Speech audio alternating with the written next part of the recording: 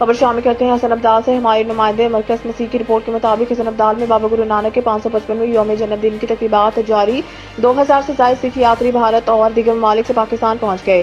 اس موقع پر سیکیورٹی کے سخت ترین انتظامات کیے گئے۔ تفصیلات کے مطابق جو سکھ یاتری واگا بارڈر سے ننکانہ صاحب حاضری کے بعد حسن ابدال پہنچے ہیں، ان کی تعداد 2559 ہے۔